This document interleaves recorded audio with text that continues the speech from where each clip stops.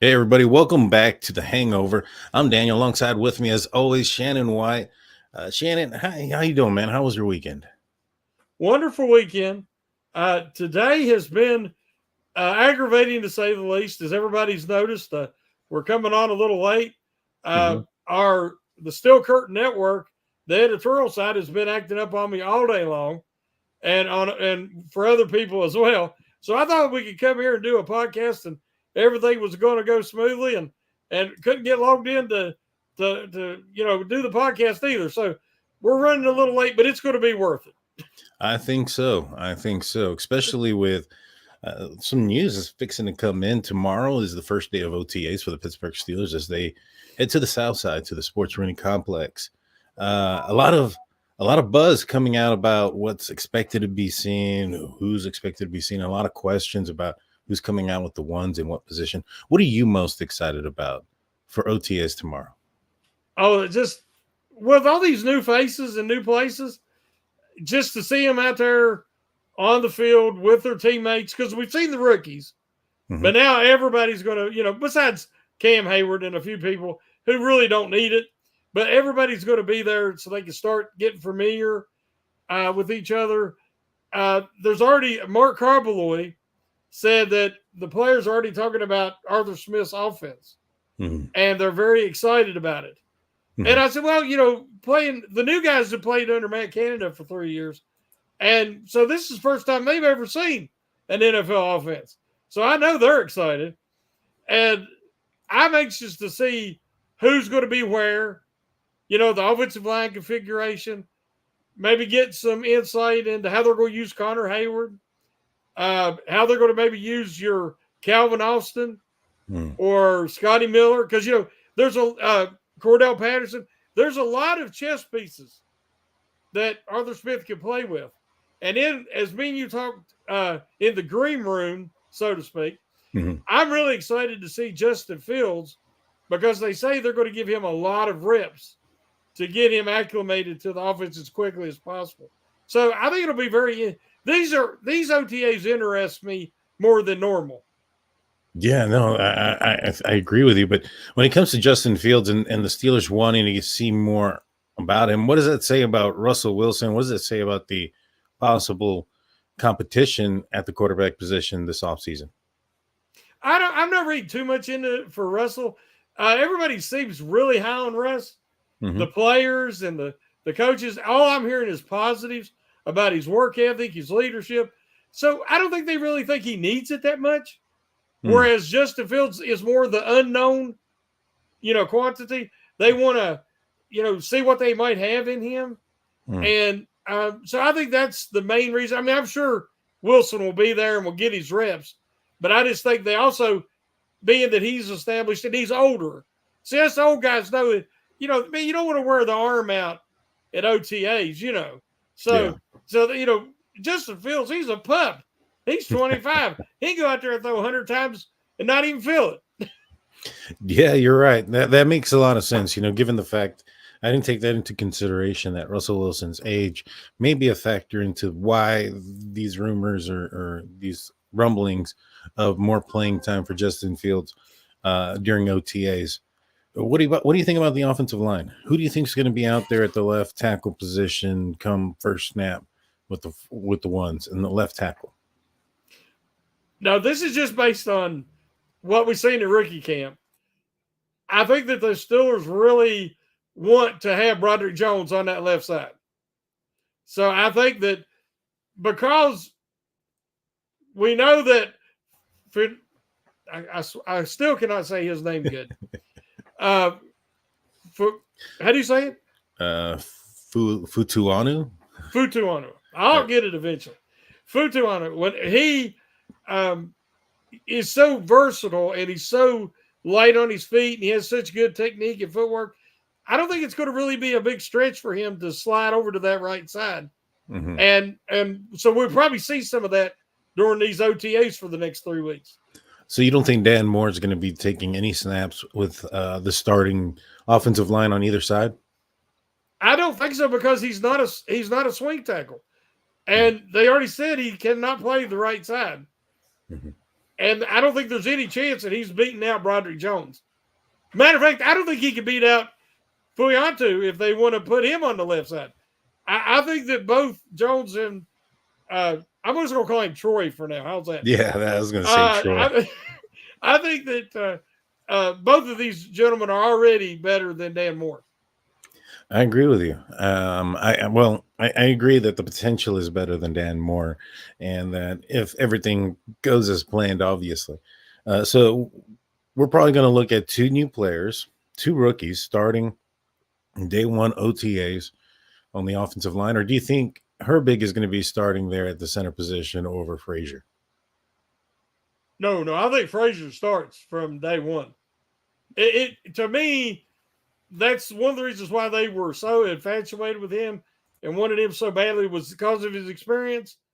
And stepping in, it should not be a challenge for him at all to be a starter from the beginning of OTAs. Yeah. I think that there's a value to having these guys get as many reps as possible with each other, given how inexperienced they are. It's going to be tough. I mean, you got three guys in new places on this offensive line. Yep. Broderick Jones moving over to the left side, Troy there on the right, and Frazier in the middle. I just think it'd be the smarter decision to do so. What do you think about the coaching, though? You think they're going to be able to get these guys in line right away?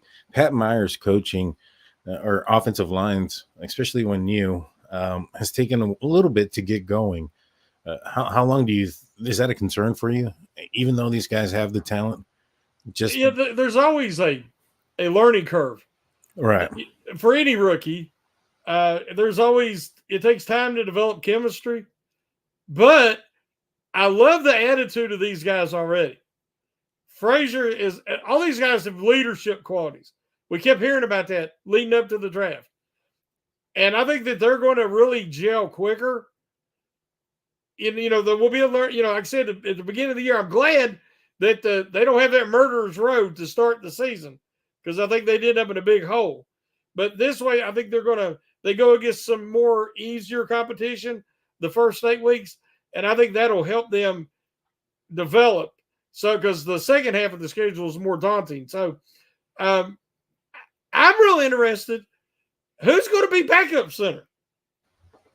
Because you got Nate Herbig, but we can't forget you also got Spencer Anderson, who the Steelers are obviously high on, and you got Mason McCormick, who was taking some reps and working at center leading up to the draft because people were considering him as maybe a possible future center. So it's going to be really intriguing to see who's where.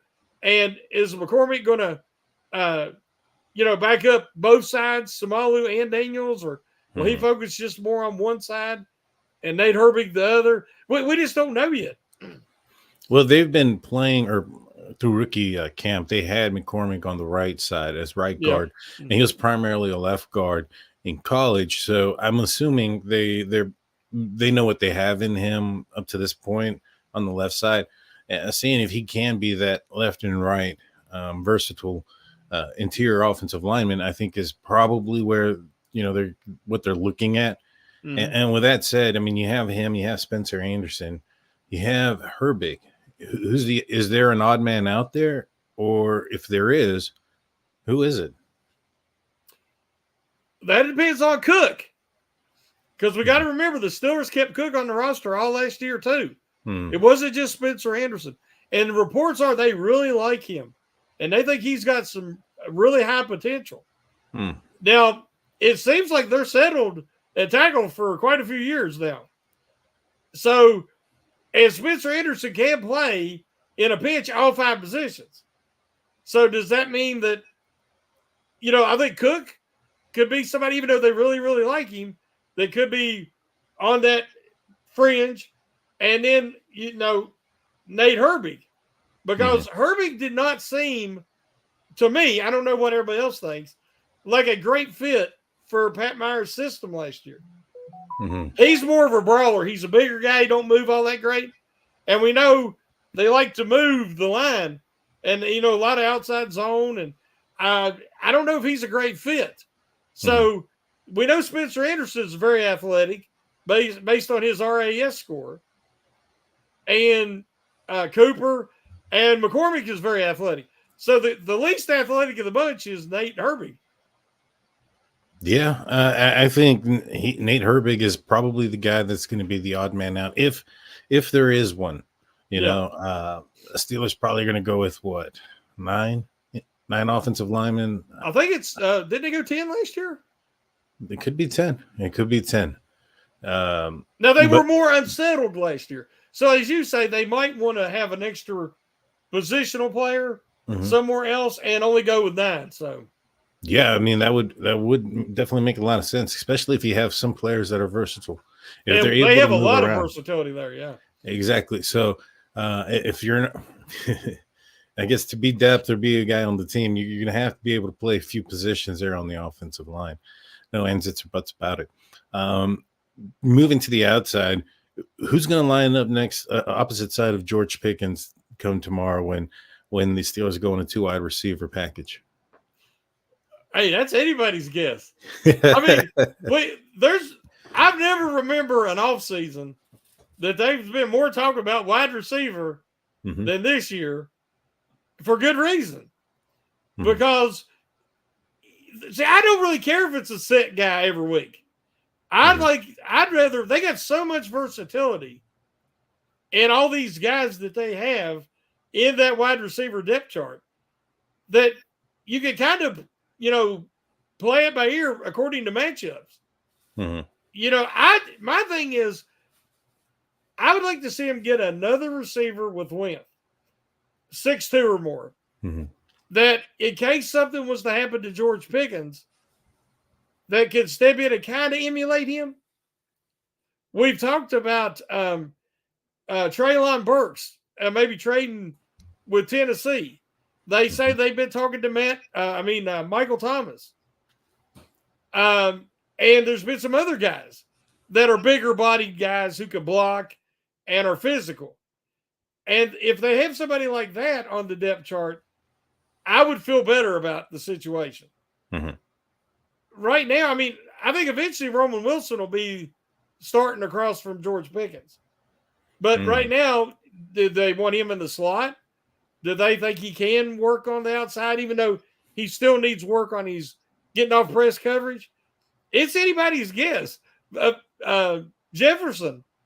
Yeah. He hasn't he's been in that Rams offense with Matthew Stafford, but he didn't really put up much numbers in recent seasons. You don't want to end up with another Allen Robertson situation like last year where you bring in a veteran and they really don't offer you anything other than blocking. So I still would like to see him add one more guy. Yeah, I would too. I think that would probably be the smart decision. And obviously, I think the Steelers think that'd be the smart decision too. I mean, if they're out there, I mean, rumors are they've been flirting with every wide receiver option that there is, going back as soon as the offseason started.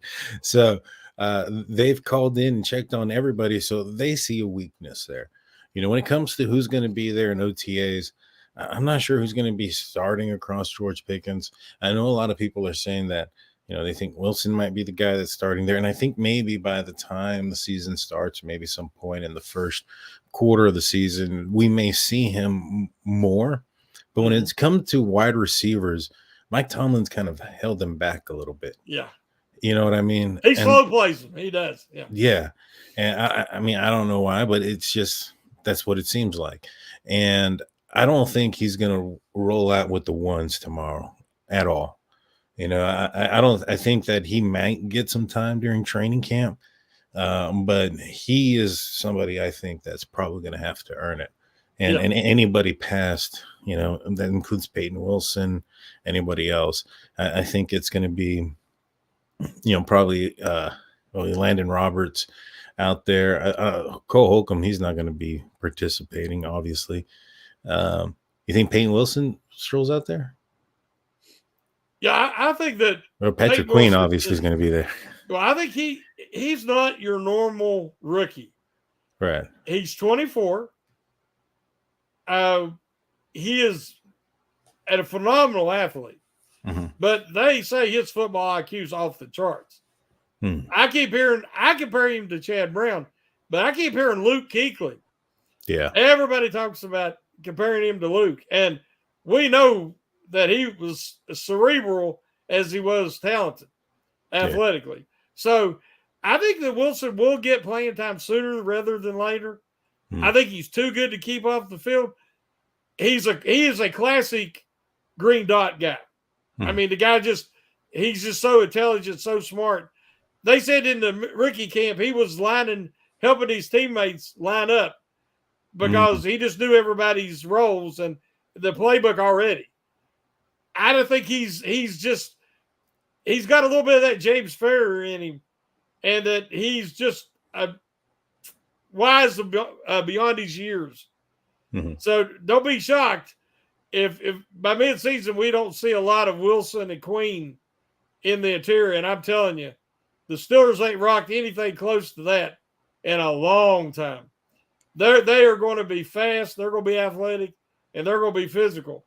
And it's going to change the way the teams have been attacking the Steelers over the past 2 or 3 years. No, I agree with you. I agree with you. I think by, like as you said, middle first quarter of the season, we're probably going to see a lot of him. You know, But I think that early on in OTAs, he's probably not going to be trotting out there with the ones. It's going to be Patrick Queen and no, Elandon Tom will Roberts. make them earn it. Yeah, Yeah, Tom will make them earn it. Yeah. yeah. I think the two offensive linemen are going to be the only ones that are going to be not someone necessarily given the starting position, but be put in the pole position for the starting job. And when it just kind of go back to Roman Wilson, yeah, I see him probably getting some more time, but like I said, it's probably a quarter of the season into the season when we do. Up until that point, I think we're going to see him in the slot quite a bit. The one player that I think that and it's a receiver, I want to see where how many reps he gets is Calvin Austin. Is he going to be the guy that trots out there across from George Pickens last season? He was when Deontay Johnson got hurt. Yeah. Yeah. So, do you think that that might be a role for him? Well, one of the his teammates, it was yesterday or today I read, said that they're excited to see what Calvin Austin, because all the guys are getting their first taste of Arthur Smith's offense right now. Mhm. And he said he's really excited. It was one of the offensive linemen, if I ain't mistaken. He's excited to see what Calvin Austin can do in this offense. Mhm. Now, why did he mention Calvin Austin? Because very few people are mentioning Calvin Austin. Mhm. But if you get that guy the ball in space, which is something that Matt Canada had no clue how to use him, and they could not get the ball to him in space. If you get him the ball, however you get it in his hands, I Mhm. don't care if you line him up in the backfield and run a route out of the backfield, a wheel route. Get that ball to that guy, and he is going to make plays. He's too fast and too elusive. So I'm glad you mentioned him because I think he's a guy that could end up with a bigger role than any of us are expecting right now. Yeah, I mean, it's concerning. The Steelers go out there get Quez Watkins. He's a kind of a special team guy. He Yeah, does kick returns. You got Cordell Patterson or punt returns. I'm sorry. You got Cordell Patterson who does the kick returns. That's kind of taken away the special teams aspect that Calvin Austin had brought to the table. Now that could be a good thing. They might see him as a wide receiver one, and you don't want your wide receiver one out there on special teams potentially getting injured. But that also could mean that they may not see a role for him on the team and yeah, kind yeah. of phasing him out. So it's one or two. And, you know, uh, because of those moves that they made, I think he's a guy that's probably going to be practice squad worthy or in danger of going there. Now, if he ends up staying there, that's another question. I don't know if, somebody might pick him up with, especially with his speed. But yeah, I'm concerned. I think Roman Wilson brings a lot of what Kevin Austin can.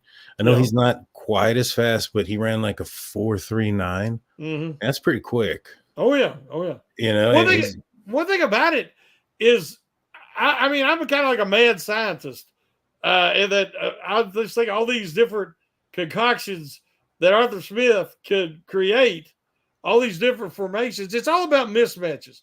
The NFL has become you very seldom just see your standard base offense anymore. They're always trying to create mismatches against the different defenses, and there's so many specialty packages there. But they've got Cordell Patterson can line up in the backfield. He can line up outside. Calvin Austin, same thing. Roman Wilson can run the ball out of the backfield. You've got Scotty Miller, who's also very versatile and can do a wide variety of things. It's got quickness and speed, getting the ball in the middle of the field. They can create a lot of mismatches. And then you got the size of a Darnell Washington at tight end. Send him down the seam, he's going to clear out stuff. And if they put the wrong guy on him, you just throw over the top. They've just got so many more weapons than they had last year. And I think now they have somebody smart enough to use them. Yeah, and that's the big thing, right? And I think they also got somebody that can get them the ball too. I think those two components are definitely going to put this team, give them a better opportunity to be in a better position come playoff time, and when the season gets going. But backfield, you mentioned the backfield. Najee Harris, he's slimmed down. Apparently, he's down 7 pounds. It looked more than 7 to me. Yeah, but I guess if you got all that muscle, yeah. 7 pounds, you can tell a difference. Yeah, quite different. Do you think that?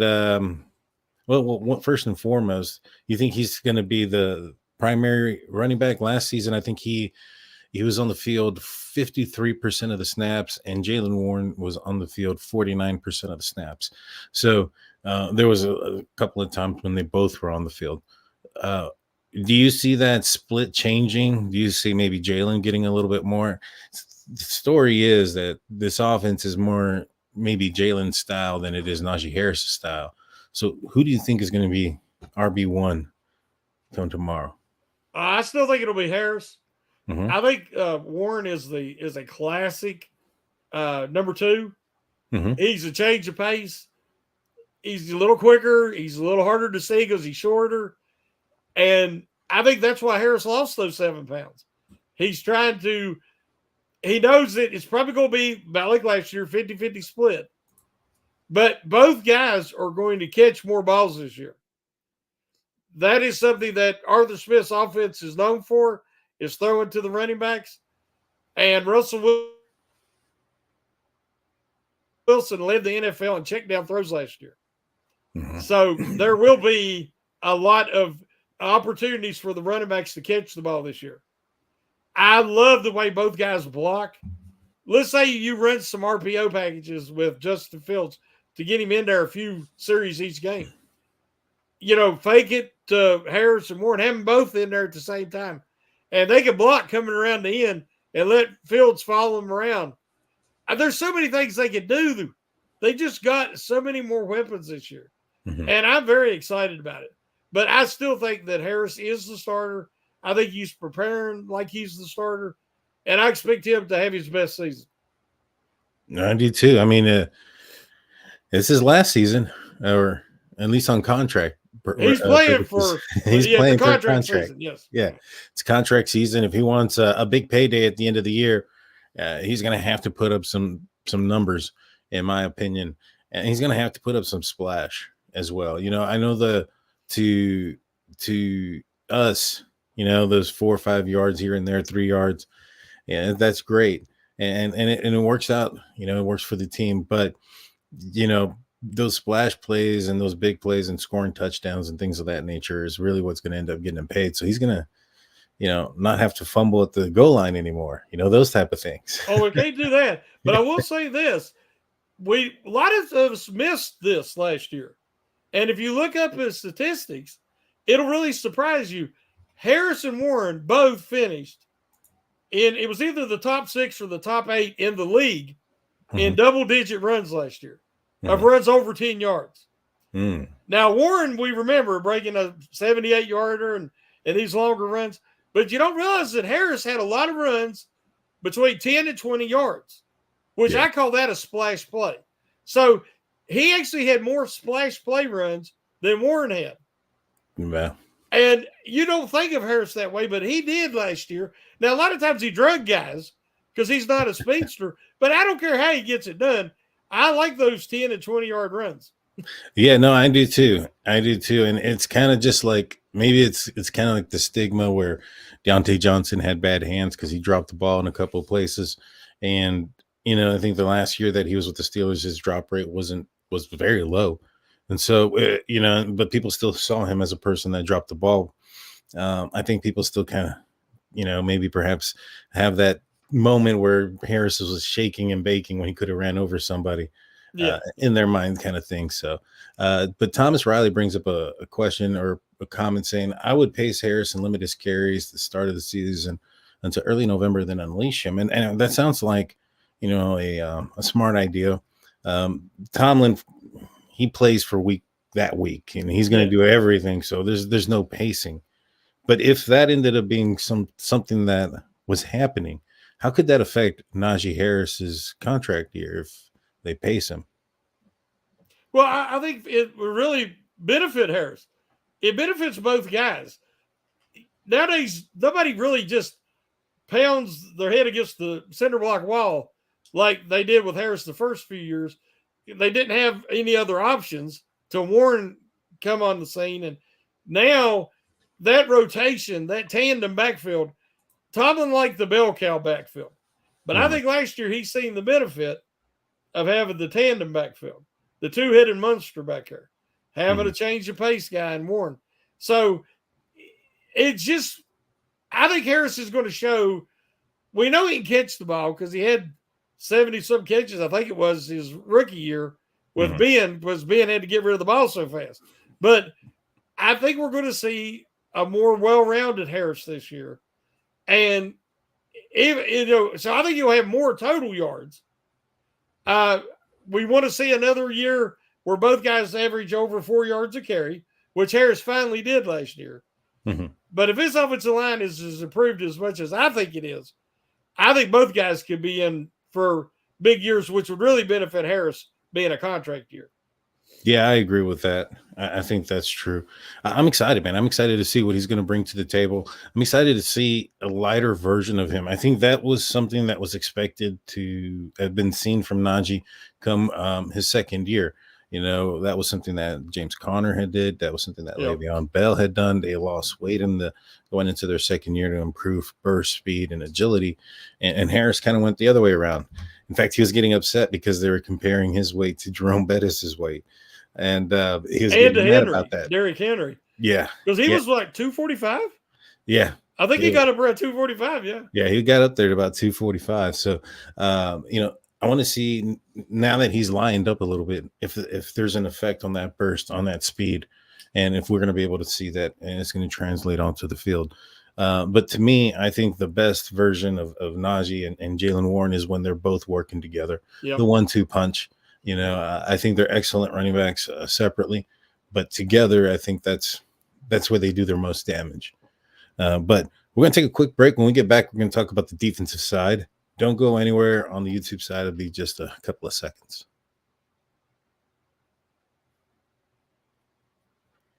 And welcome back y'all to Hangover. I'm Daniel. Alongside with me is Shannon. Before we get back into the conversation, I want to remind you guys of SteelCurtainNetwork.com, your one-stop shop for Pittsburgh Steelers news and coverage. Go check out some of the articles and the other podcasts that come out. In fact, my podcast came out on Saturday, State of the Steelers, and we highlighted on a couple of things that went down last week, including the schedule and some of the stuff that things that went on with Cam Hayward, which is going to be a topic of discussion here starting now. So, Shannon, Cam Hayward, he's not joining OTAs. I mean, it's voluntary workout. He's gone every year. He's not worked out every year there. It's not something that I think they expect him to go out there and work out. But he made it known, and he's not going to be there. That's usually for a reason. So, how do you feel about Cam not being there, and does that move the needle or throttle for you any which way? Like I said, he doesn't need OTAs. So risk of some slight injury, give him more time to let his groin injury and his core injury after the surgery. Give him more time to heal up. Last thing they need is to rush him back in any way and then him get injured because they really need him this year. They really didn't address his contract situation in the offseason. They didn't draft anybody that could provide insurance or sign somebody in free agency. So they're pretty committed to Cam right now. I was hoping that they could work something out that he would be more, I don't want to say reasonable, but more that he liked the idea of maybe, giving him a little break on this contract situation. You're realizing his age and what his contributions are going to be. We don't know yet.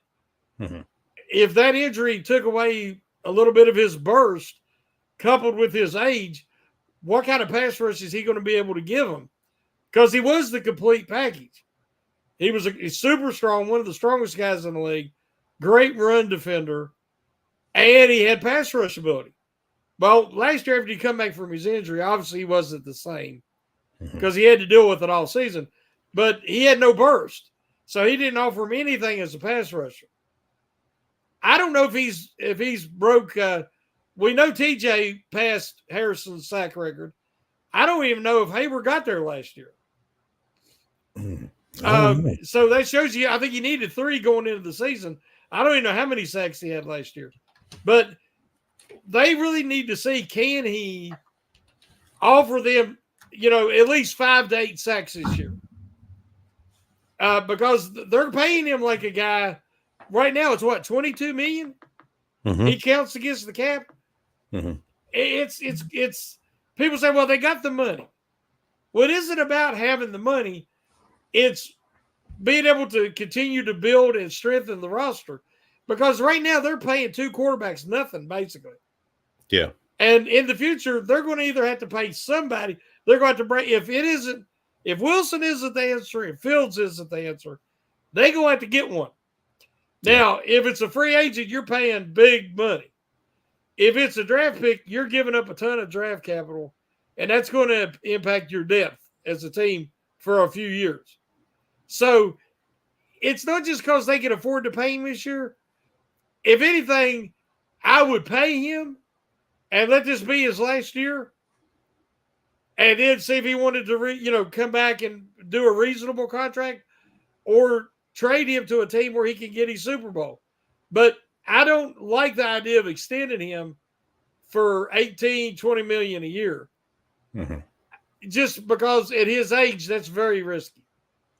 I agree. I think that the other aspect you got to look at this, if you're going to play Cam Hayward this year and get the best out of him, you're probably going to be putting him on a pitch count. And so you're paying a high premium for somebody who's already going to be playing a minimum, a smaller percentage of playing time. Yep. And so financially, it just probably doesn't make sense. And given Omar Khan being the financial guru that he is, and him not showing much now Cam's different than Kenny Pickett and these other guys, but he's not shown loyalty to Kevin Colbert's players. I don't know. I mean, I think that if an agreement can't be done that's reasonable, do you see that Cam Hayward going somewhere else after this season? Yeah, if with the way Khan operates, as you said, the option is, and nobody's talking about it, is letting him play out this last year, and then, what happens. Now, I kind of got the feeling that Cam's saying, either I get an extension or I'm not playing this year. And we don't want to go down that road. But sometimes, you got to play a little hardball. Because I just do not see paying a 35-year-old defensive lineman over $22 million a season based on that. Was somebody had statistics out a while back of the best seasons by defensive linemen over the age of 35, and it's not good. It's just not good. The list, guys, it's like running backs over 30, right? defensive linemen, especially interior defensive linemen, they still can be a good run defender, but how much is that worth? Right. And I think that, and I know Cam has gotten upset about people talking about his money and his decisions and things that are going on in his private life. And to a certain extent, I agree. But, he plays for a team that his salary cap affects the team and who they can bring on or whatever. And then that affects us, the viewers, with if the team's not built properly. So in a way, it is somewhat concerning. But, one thing that I think Cam needs to realize is he may not be Kenny Pickett or any of those guys that Khan shipped off, but Cam also isn't Big Ben, and Big Ben had to take a pay cut. Yeah, his he, last year he did he definitely. took a pay cut his last year, and he knew and he understood he was coming off of an injury, even though he had another year post injury. He knew that his first year wasn't up to what he had been playing pre-injury, and he also understood that in order for him to play longer for this team, financially, it needed to make sense. And so, with that being said, I think that, and I hope that something can be done. I'm not against paying Cam his 16 million. When the Steelers, made an agreement with him and they signed a contract, they should stick to it. And by all means, it sounds like they are. But going forward, I think it's only reasonable, to come to the realization that he's older. Well, Now, you said the key phrase there, moving forward. yeah, I agree with you. I have no problem because I think it's not 22 million this year, but that's his cap hit. But I think he'd make 16 or 70, whatever it was. yeah. I have no problem with play out the contract, pay him this year. I just don't want to see them extend him and then get a shell of his former self for 2 more years, or have to cut him then. I remember the 90s with guys like they played some hardball with Rod Woodson because Rod Woodson they couldn't work out at something. He wanted to stay at cornerback. He goes to the 49ers and he gets burned all year. And then he goes to Baltimore and he's willing to switch to safety then. And he goes on to have a second half of his Hall of Fame career. I watched Greg Lloyd leave. I watched a lot of the greats that I wanted to see retire Steelers. It didn't happen. The Steelers are one of the few teams that have a majority of their legends retire as Pittsburgh Steelers. And that's wonderful. But that ain't going to happen anymore. It's a different age now. And the way things are set up, you're going to pay your quarterback, if you got a franchise quarterback, $40 million plus. You could just take that out of your salary cap and set it to the side because that's what you're going to be paying. Then you got to figure out what the rest of the team's going to look like based on what money you have left. And nobody pays a 35-year-old defensive lineman who's on the backside of his career $27 million. So do it this year, pay him, and then say, we'll revisit it, but it'll have to be a new contract, right? My problem is he sounds like he won't play for that. He's either getting an extension or he ain't going to play. There's where I'm having the problem. Yeah. No, I agree with you on that one as well. And I think that if he goes out there and he balls out, he very well could get a 1-year deal, whether it's in Pittsburgh or somewhere else, at 20 million or 18 million based on his production. If he goes out there and gets double-digit sacks, if he does, God bless him. Yeah, it'll be a good problem to have. Yeah, I know even if it's somewhere else. I know Valley Ford comes in saying Carno Lake in Jacksonville puke. I know I saw a few comments about some of the Steelers greats in other uniforms, but the worst one I ever saw was Rod Woodson in Baltimore. So oh yeah, that I try to forget about that. Yeah. True story. So Cam's not gonna go. I don't know if anybody else goes or doesn't go. It's voluntary. Cam just kind of made it a big deal because he spoke about it. But with that being said, on the defensive side, uh, the biggest question is going to be who's lining up at the slot cornerback position, who's running out there with the ones. Who do you anticipate that person being? Only because the process of elimination, Anthony Everett, they just signed the former Baltimore Raven. Mhm. He's got more experience than anybody else they have on the team right now, working out of the slot because Chad Sullivan's gone. Mhm. And I'm trying to think who else that they have on the team that has any experience working out of the slot right now. They've got a. I think that this situation is very interesting for OTAs, in that I want to see Corey Trice, even if it's just OTAs. I want to see him running around. Mhm. I want to see how he's moving on that knee. Mhm. I'm hoping that since both knees are now surgically repaired, that he can progress with his career. Because sometimes you're just born, the ligaments you're born with wasn't strong enough. Mhm. Now maybe they are. And you got Trice, you got Darius Rush, you got Ryan Watts. You've got these avatar, huge, long cornerbacks. And I'm a big Beanie Bishop fan.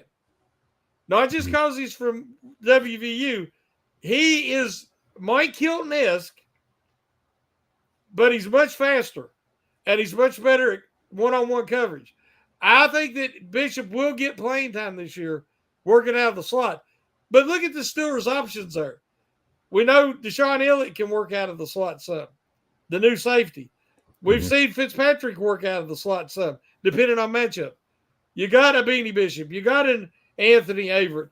I don't think it's going to be one guy. I think just like we said about the number 2 receiver, it could be a variety of these guys, a mix and match kind of situation. Yeah, no, I agree. And when you said Everett, I was like, yeah, that's probably going to be the guy. I heard a lot of rumbling about Beanie Bishop and that he impressed in rookie minicamp.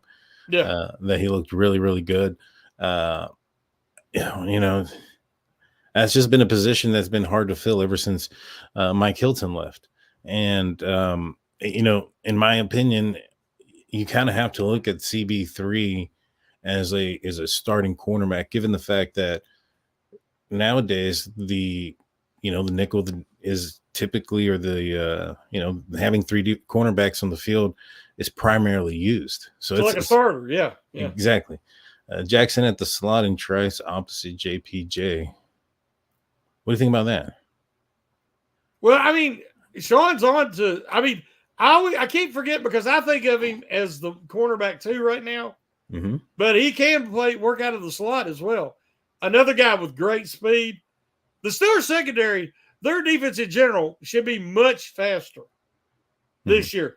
Just taking Levi Wallace off the field, you're going to be much faster because Levi Wallace ran like an old middle linebacker Yeah. last year. I mean, his speed was gone. And not that he ever had much to begin with, but I'm excited to see Jackson. And it wouldn't shock me if he doesn't eventually get a lot of work out of the slot as well. But I think he's underrated on the outside. Jackson's feisty. He'll compete out there. And he'll at least be in the picture. I don't know how many times watching it on TV, you would have a guy on the outside catch the ball. He'd run out 6-7 yards, turn around the quarterback and hit him. You didn't even see nobody in the picture because Levi Wallace was that far off of him. So I'm just happy. Addition by subtraction that Levi Wallace is bye-bye. Yeah, I agree as well. But when it comes to Jackson, the Steelers have been super high on him. He had recently spoke about the interest that the Steelers have had going back out of college. They met with him. They Yep. talked to him. He ended up getting drafted. Apparently, when his contract was up the first time there in Carolina, they the Steelers were in talks with him, trying to get him to sign with the Steelers, and then but not working out. And then apparently last year at the trade deadline, Steelers were there again trying to trade for him last year, and they ended up getting it done this past offseason. Uh, if you have that much interest in a player, I think that they probably feel very highly about him. He's got a lot of speed. He's from LSU, I believe, right? Yeah. And a lot of great cornerbacks come out of LSU. So uh, I I think he's going to be the CB2. I think he's going to be the guy opposite side of JPJ. And I think I like that. I like the fact that you got a speed guy and then you got a guy that's physical, and he may not be the fastest guy, but he's going to disrupt your the opposite team. I don't know about Dante Jackson's versatility on moving left and right, or if he's just a one-sided guy. Are you familiar with that? No, I know that he can play outside and he can play slot, but I don't know if he switched sides or did he follow at any point in his career, did he follow his main objective if he followed, like, say, the number one around the field?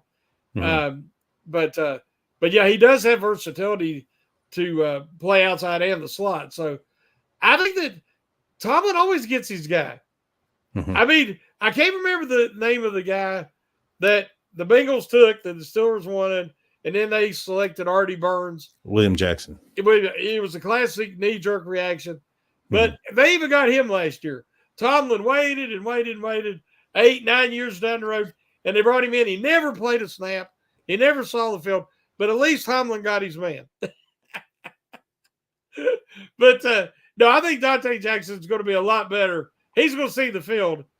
I was shocked that King from Mm. the Texans, they brought him in and never really give him a shot hardly. And then they released him and he went back to the Texans and played well for them. Yeah. So I just don't think the Steelers thought King was a good fit, but I think that Jackson will be a good fit for the Steelers. Yeah, I agree as well. Like I said, I think he's going to be the cornerback too. He's got, what you're looking for in your cornerbacks. You got one of each. Yep. When you look at the offensive side, your receivers, you want one of the tall, lengthy guys that can spread, get the ball down the field. You're looking at Plaxico Burress, Martavius Bryant, George Pickens, and then on the other side, you had an Antonio Brown, Deontay Johnson, Santonio Holmes type of receiver. Well, you're going to need those different types of cornerbacks to defend them. And so I like that the difference between those two guys. I think that's going to do a lot for this team. We talked about Peyton Wilson. We talked briefly about him before. I know you're saying he's a green dot guy and he's been assisting with everybody. Patrick Queen kind of struggled when he was the green dot guy. We don't want him to be the green dot, no. Landon Roberts, he's not a guy that I think you're going to be wanting on the field in every situation. Yeah. So does that automatically maybe perhaps elevate Peyton Wilson's need a little bit quicker? I just think he'll pass Landon Roberts. If you look at Roberts' career, he has always been a very strong run defender. Mm-hmm. He always grades out really high, and he's a hitter. Last year, I loved watching him smack people. If he gets a chance, he'll deplete you, and we all love that. And he actually did better in coverage after they lost Holcomb and they lost Alexander. I was really concerned that teams were going to destroy Roberts. Roberts held up in coverage. It was whoever else was in there. They had Walker in there for a while, the guy they picked up from the Falcons. They tried Mark Robertson. Whoever was in there with Roberts, they got destroyed. As we remember, the Cardinals and the Colts, they destroyed that whoever was in there. But Roberts held up. So Roberts will probably start the year. But I think Wilson's just too talented, too athletic, and too ready at 24 years old that I think he will assume the starting position. And Roberts is a great backup. Mm-hmm. He can come in and he brings physicality, experience. They still need to figure out what they're going to do with that other spot, though, because they don't. The rumor is Holcomb has some knee. That knee injury was so severe. He's back running, but they could be some nerve issues. Mm. And that takes longer to come back if it does. So, and we talked in the past, Quan Alexander, they say he's really progressing in his rehab from the Achilles. Yeah. And if they could get him, like, again, near the start of the season, into training camp, He knows the defense. He's, you just plug him in there. He might can come in and be that number 4 inside linebacker. Could be, but I doubt he'll be number 54 if he comes back. No, he's not going to be 54. No, he's going to be a different number this time. You know, I agree. You know, and when it comes to Cole Holcomb, if there is some of that nerve damage done, I know that my wife, she had an accident where a mirror fell down and cut her leg about 7-8 years ago now, and she ended up having a lot of nerve damage, and to this day, it's she can walk, she can run, she can do those things, but she has pain sensitivity in the area and stuff like that. Exactly. And so it's weird how that works. I mean, and it isn't all the time. Some it's there's a lot of variables, but guys that have tried to come back from that severe knee injuries like that, and that have had some nerve damage, a lot of times it's like they don't have the same sensation, the same balance, because you got to plan and explode and all that stuff.